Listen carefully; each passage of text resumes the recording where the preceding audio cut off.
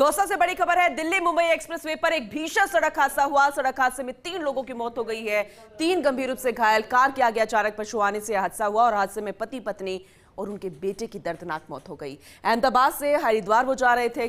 Police ने शवों को अस्पताल की मोर्चरी में रखवा दिया है। अब अंदाजा लगाइए कि कितना दुखद हादसा होगा, जहां एक साथ पूरा परिवार खत्म हो गया। पति पत्नी और उनका एक मासूम बेटा इस हादसे की भेंट चढ़ गया। दिल्ली मुंबई एक्सप्रेसवे, अब ये कहना गलत नहीं होगा कि ये भी पूरा हाईवे हादसों के कारण जाने लगा है। लगातार यहां से दुर्घटनाएं बढ़ रही है और सबसे बड़ा मसला कि आवारा पशु यहां पर आ जाते हैं। ये बेहद अहम मसला है क्योंकि हाईवे पर आवारा पशुओं का आना यानी कि दुर्घटनाओं को बुलावा देना। लेकिन इस पर प्रशासन क्यों ध्यान नहीं दे रहा, ये बेहद गंभीर मसला है। अब जरा सोचिए, कार के आगे अचानक पशु आ गया जिससे हादसा आ गया। हालांकि जाहिर सी बात है प्रशासन आसपास के ग्रामीणों पर ये ठीकरा फोड़ देते हैं, लेकिन पति पत्नी और बेटे की मौत हो गई। अहमदाबाद से वो हरिद्वार जा रहे थे, लेकिन अब वो इस दुनिया में नहीं रहे। बेहद दर्दनाक हादसा हुआ।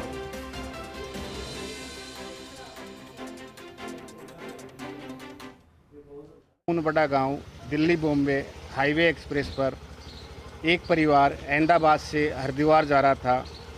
इनकी गाड़ी के आगे एक गाय आ गई।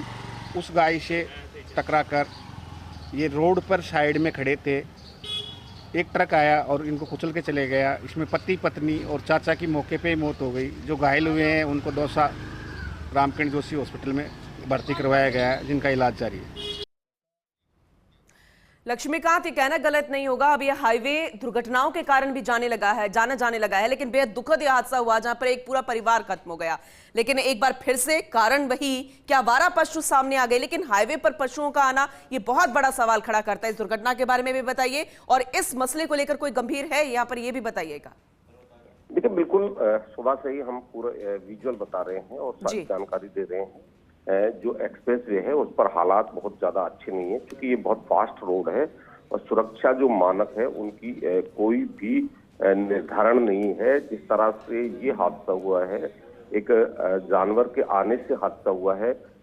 जो जानकारी हमें मिल रही है, सबसे पहले जो कार है वो जानवर से टकराई है और जानवर से टकराने के बाद में अनियंत्रित होकर के रेलिंग से टकराई है। रेलिंग से टकराने के बाद में ये वापस बीच जो रोड है उस पर आई है और जैसे ये लोग बाहर निकलने का प्रयास कर रहे हैं तो तेज रफ्तार जो ट्रक है उसने इनको कुचला है। तो निश्चित रूप से चूंकि एक्सप्रेस वे के जो रेस्ट एरिया है उसके समीप ये हादसा हुआ है, लेकिन जहां तक घायलों को तत्काल मदद की बात करें या सुरक्षा की बात करें तो वो एक्सप्रेस वे पर उपलब्ध नहीं है।